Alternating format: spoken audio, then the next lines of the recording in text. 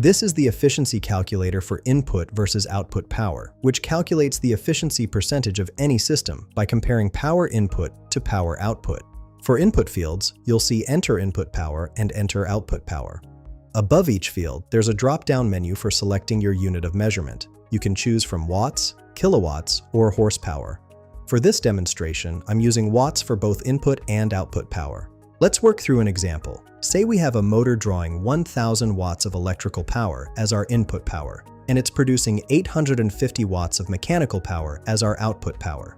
After entering these values and clicking Calculate Efficiency, the calculator will display your results in the output section. The efficiency percentage tells you how much of your input power is successfully converted to useful output power. In any real system, this will be less than 100% due to losses from heat, friction, and other factors.